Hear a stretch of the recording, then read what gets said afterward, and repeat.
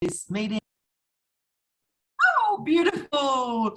Thank you so much, Fran, for joining me today. Wonderful to meet you. So I've planned to ask you a couple of questions, but we can move from this, as I mentioned before. So would you like to, first of all, introduce yourself, your organisation, position, title, and what are your responsibilities? Okay, so my name is Francine Binns. I'm the Chief Executive Officer for the Institute of Public Works Engineering Australasia, and I look after the New South Wales and ACT divisions. We're a membership-based organization with more than 800 members, where we are completely focused in the area of public works industry and sector. So we have a great deal of focus in the civil engineering space. Many of our members are civil engineers, but we do branch out to town planners, asset managers, and different skill sets within the public works sector. We do work with local government quite heavily, and a lot of our membership is part of local government, so directors of infrastructure or asset managers or supervisors. And we work within public works is quite a broad industry. So if you think of public works from the roads that you drive on, freight, then all the way through, and transport, and then all the way through to, you know, the park that you visit or the beach that you visit, and all those amenities and infrastructure around that. You can also take it to, you know, lighting in public spaces as well, and, you know, stormwater drainage. So our membership base is vast, but it's in the public works sector. And our mission is very strong and one that we all believe in. And that's enhancing the lives of New South Wales and ACT communities through excellence in public works services and practices. So we work towards that. And it's a great area to be in.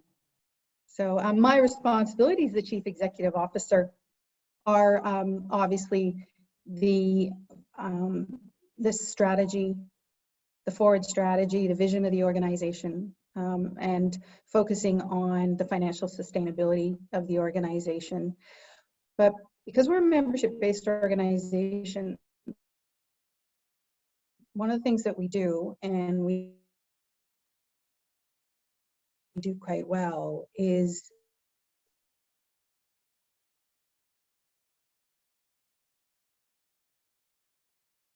we collaborate within the community, and we're passionate about lifelong learning and adhering to our mission, and the way we do that is sharing and advancing. Yeah, lifelong learning. That seems to be more and more important in this era. So, Fran, should I call you Fran or Francine? Oh no, call me Fran. Fran, okay, like your friends, beautiful. So IPWEA has been working with UTS and collaborating with UTS. Can you tell me a bit about how you've been working with UTS? I think it's a strategic relationship that was formed because we have the same type of objectives moving forward. There is a statistic that I'll throw out there at the moment, because obviously the pandemic, well, in our industry, the pandemic is the third thing that happened to us. We had bushfires and we had floods. So then we had the pandemic. So we've been, you know, 3 strikes and you're out. And so UTS and ourselves started talking about a strategic partnership and how can we help the public works industry and our communities, and what does that look like, and how can we do that? And one of the really important objectives that we talked about with UTS is, you know, the undergraduate and postgraduate, you know, students coming out into the workforce, and how we can join them together, and how we can make a difference in growing our communities and building infrastructure. As you probably would have seen in the media, often the amount of federal and state government funding that has been pushed out to local government council to build and build for betterment on our roads and any infrastructure, that's been a big push from the government. It's unprecedented, the amount of money that local government councils have received. And we've worked with local government council all the time, as I mentioned, our members, to actually get those projects out. So there's a significant amount of projects that each local government council has, and a significant amount of money that they have to get those projects started and delivered. And we need graduates from UTS to think about working in local government council and start their careers once they come out of their education, to start their careers at local government council. And we wanted to promote that with local government council, it's such a great stepping stone, or starting stone actually, not so much stepping stone, it will, because you can progress a lot. It's multidiscipline, multifaceted. When you work for local government council, you could be working with the roads, you could be doing urban drainage, you could be building a tidal pool at a beach. I mean, the projects are limitless. And there was a piece of research that came out from Engineers Australia, which is, you know, our biggest national engineering membership-based body, that they'll, out of the 100% of jobs or job vacancies that are coming, we won't be able to fill 44% of those, primarily around engineering and specialties around you know, building infrastructure and maintaining roads. And so where are we going to get those 44% of people to fill those jobs? And you just can't just jump into a job. You need to have background foundation knowledge, right? And then you need to build on those skills. And local government council is what we believe is a great choice. So the partnership with UTS it's still in its infancy, so it has to mature. But we do have clear objectives in our memorandum of understanding to create awareness of the partnership, number one, and number two, to work together to make sure that graduates have opportunity within local government council, that they get an opportunity to improve their skills, their competencies, and gain experience. And probably the third thing is awareness, because I'm not sure that when you're in university and you're coming out of university that you have a very clear path. And a lot of the work's in the regions and rural, and maybe not necessarily in the metropolitan. But it would be great for UTS graduates, undergraduates, graduates, postgraduates to think about, you know, maybe I could go and live in the regions and have a great professional start to my career. So that's why this relationship has been formed. It fits very well moving forward, because we want to grow our membership, and we have niche training, so we complement a lot of the educated graduates that come out of UTS as well. So that's pretty much why we think that this strategic partnership with UTS is going to be a great long-term partnership for the future. Wow, Fran, that's just like blowing my mind that Engineers Australia have identified 44% of the upcoming jobs won't be able to be filled. And then also you're saying this, suggesting to students about the idea of working in local government, and even now moving to rural and the regions, which sounds like a beautiful idea right now. So what do you think, how can UTS better prepare its graduates to take up some of these opportunities that you're identifying? I think probably two things. The first thing is workplace skills are really important. You need to be able to while you have your foundation professional expertise through UTS, so you're starting that, you know, you're educating yourself, which is great. You also have to think about the additional skills that you need to be able to sell yourself. So workplace skills around communication, presentation, time management, prioritization, a lot of project management these days. If you're not even directly within our industry, project management in all industries is key. To be able to identify the project, start it, and run through, you know, and get to the end, you know, within budget and on time, and collaborate with the teams.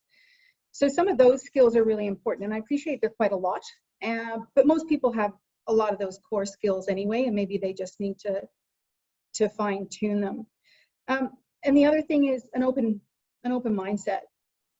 Why don't you just consider possibly going down a path that maybe you didn't think that you would, and thinking creatively and differently. Challenge yourself, because there's different types of people. Some, will go into their career and they'll stay in their career, and it's a very linear path. And there's other people that jump around and go to different industries. And so, you have to think about, or UTS students need to think about that. And my advice is to be agile and open to opportunities that come your way, because you never know. So you don't want to miss out on any of those great opportunities. Yeah, I think that's a word that a lot of us are using at the moment, is agile. And also you were mentioning about project management, and I certainly see that in my line of work. Do you think that more and more things are going to be moving to more project kind of based, and graduates will need to be agile so they can shift between these different projects? Absolutely. So I think it's Google who started off the agile methodology when they had large IT projects launching projects. Or new products. So agile methodology can be taken across anything, not just IT. You can actually, any project that you have, you can set it up. So moving forward, a lot of projects are complex and they take years, particularly in our industry, in engineering. So you want to be able to take, with agile methodology, you take chunks and you move through, and then you have your scrums and your sprints. Works really, really well, because so much data is available now, and we can easily become overwhelmed with the amount of data that's there, the amount of activities that we need to do. So if you take more of a scientific and structured approach to your projects moving forward, then you will have a definite competitive edge. And so that's where Agile comes in, and in my opinion, it will be much more common in the future. The other thing I mentioned through the project side of things, there's also risk. So I think being able to, when you're in projects, risk is another big area where you identify where the risks are and be mindful of that. And so when you're starting projects, think about the risks as well. Think about the external environment, just not the internal environment. And you need to look externally to come back in internally. And that approach, rather than internalizing and then looking externally. And that's all within the agile project management, risk management side of things. It's really interesting.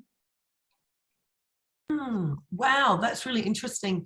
Fran, what do you think? I work with a lot of with engineers. I tutor in engineering as well, and I work with a lot of international students. Any sort of tips and advice for them? They often struggle to get internships or sort of get a foot in the door. Any advice for them? It's tough. Cultures and nationalities are complex. And I lived in the Middle East for 10 years. And, obviously there were, hundreds of different types of languages or accents, dialects and things like that. And so I think trying to find a way to be able to communicate is so important. And so making sure that you're always looking to improve your language and your communication skills and your presentation skills. I think that's probably key. I recognize that communication is one of the hardest challenges, or one of the biggest challenges moving forward. Because even when you're speaking the same language, the communication or interpretation can be a problem.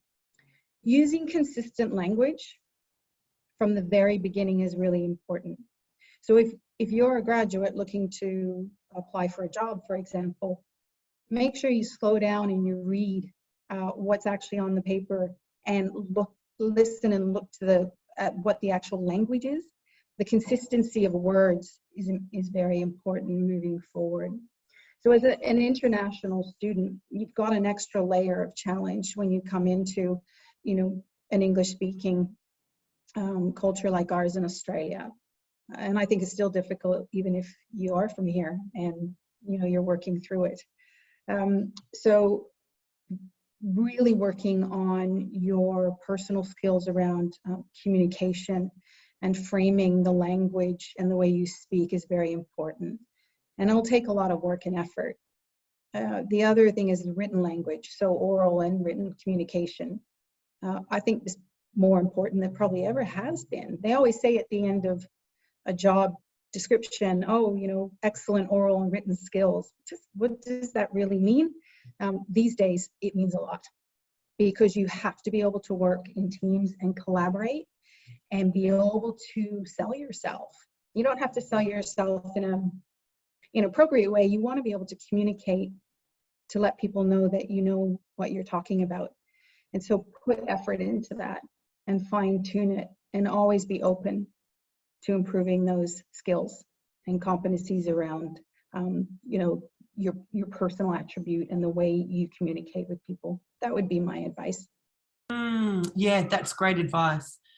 What about with networks? IPWEA is a membership-based organisation, and a lot of the ways that people find out about work is through networks. So would you have any words of advice around expanding one's networks? Oh, absolutely. It's all about who you know. It really is. You have to get out there and meet people. This is why IPWEA has been so successful, because we're not just in every state in Australia, we're also in New Zealand, and we have reciprocal arrangements with the American Public Works Association and also the asset management in Canada. So these days with technology, you can communicate with anyone, which is great. So you need to open your network and have a good social media profile on LinkedIn. Make sure you keep it up to date. And join organizations like IPWEA. It's complimentary for students to join IPWEA, and the membership for under 35s is half the price of main membership. And push yourself out and meet people and connect personally as well as through social media. I think that's really important. Having and maintaining relationships is important. I might go a little bit sideways too. I think don't ever, try and look for a coach or a mentor as well, someone that can guide you and help lead you through in just the big world of working in the profession that you do. One of the great things about the engineering profession is it's very structured, and engineers think very structurally, strategically, and are in the detail. And I think that helps with building your network and moving out. But you have to put the effort in, and the energy and the time. Yeah, sort of getting out of one's comfort zone as well. And this idea of having a mentor is just amazing when you can get it, but maybe hard to do as well. You talked about, so we've been talking a bit about students, and then you talked a bit at the beginning about the strategic partnership between UTS and IPWEA. How do you work with students? Like, do you do any mentoring with students? Do you ever come into the classroom, or is it a bit different than that? No, we have this wonderful program called Young IPWEA, and part of the membership, you join this program, and it's a national program, but it helps you network with people in New South Wales and ACT. And you're with like-minded people, and you connect with one another, and you share ideas. And we do site tours, for example. So you could go to Boral and do a site tour of their innovation lab, which I know there's it's not Boral's innovation. Yes, it's UTS's innovation lab, I think. And there's a reciprocal agreement with Boral. So there's a bit of a triangle there: UTS, Boral, and IPWEA. So joining groups like that and talking to people who are in the same boat as you makes a huge difference. So we definitely advocate for the Young IPWEA, and they come to our big state conference, and then they network with people within local government council. And then, yes, we do have training courses, and if you wanted to, say, for example, go down the path of being a road safety auditor, then we run 1 day and 2 day courses and workshops that are niche to that specific, to our specific industry, public works, you can also do that as well. So there's lots of opportunity. But I think being part of networks within a mindset that resonates with you is also really important. And that's where IPWEA just saw that alignment with UTS making complete sense. I mean, we've been around for over 100 years. And so, you know, the people that you meet, the more mature people that you meet have lots of experience. And they'll tell you great stories. And sometimes you don't want to learn from the older ones, but if you sit down and listen to them, in the end, you get the message and you do learn a lot and you take away a lot. And sometimes you don't realize that. And then you'll reflect on a conversation that you had with a very experienced civil engineer or asset manager and think, oh, I didn't know that. But it's definitely worth talking and listening and talking to people in that industry. You learn, you know. And one of the things IPWEA does often is we tell stories. So we tell stories about the problem that we were trying to solve. Maybe it's a timber bridge and we need to make a concrete bridge. And so we tell the stories about how it started, you know, what are we trying to solve and what the problem is, and then, you know, the purpose and the way we work through those projects. And so I think for generations, well, not for for generations and generations, we've been storytellers. And the emphasis of storytelling is coming back much more than I think it's ever been. People want to be, you know, you kind of want to be entertained, but you can resonate more with the stories. So being part of a network like IPWEA and being part of a community, getting out there and working with UTS and big organizations and private enterprises like, and I mentioned Boral, so I use them again, that's instrumental to your professional development and something that, in my opinion, is very important that you should focus on. Yeah, great. Thanks, Fran. So I'm thinking now about the benefits, like if we're talking to other industry and trying to establish more industry partnerships, what does your organization get out of partnering with UTS? Like, why should any organization, industry, why should they partner with UTS? What are the benefits for you? So, well, the partnering, so we have a lot of strategic partnerships.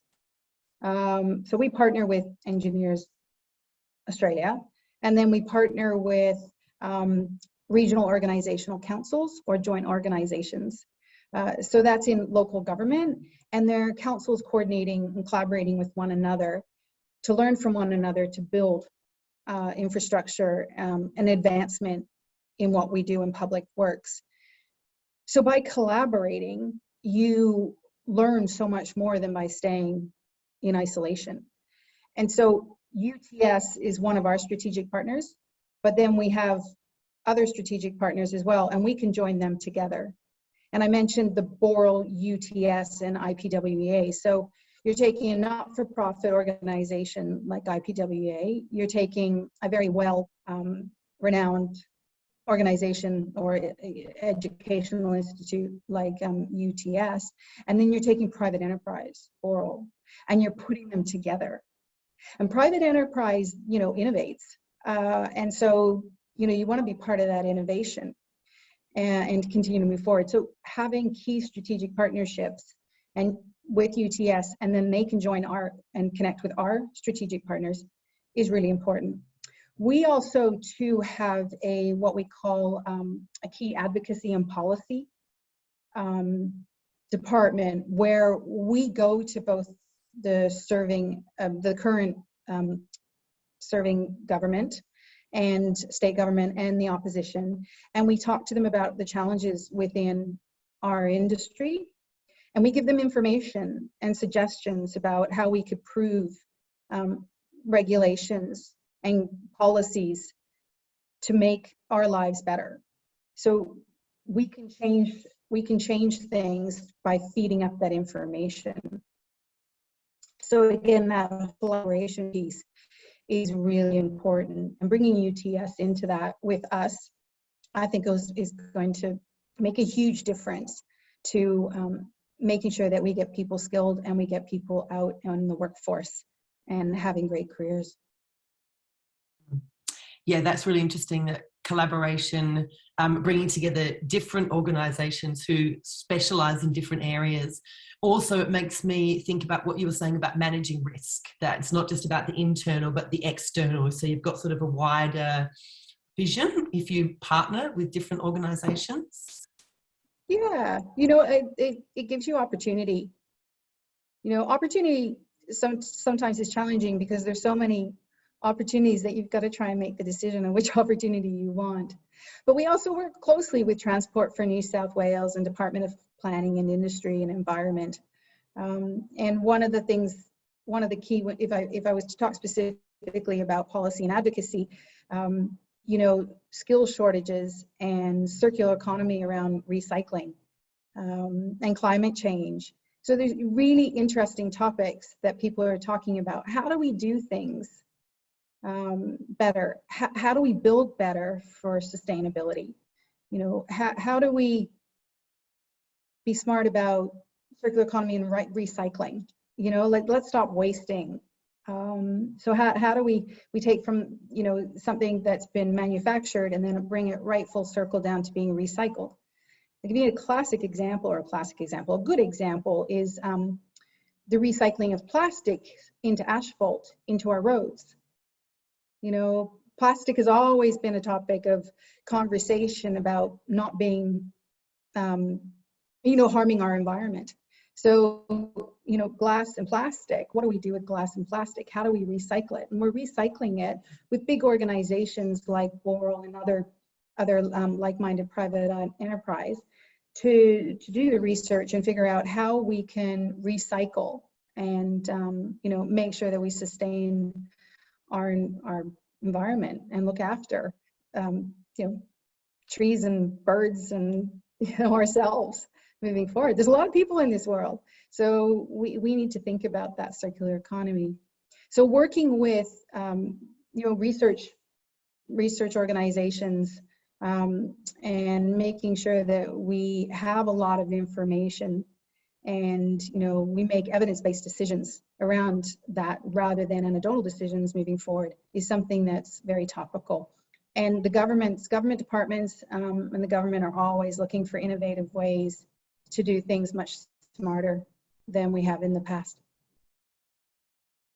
Yeah, and this is something that other industry partners have said, that working with UTS can strengthen innovation.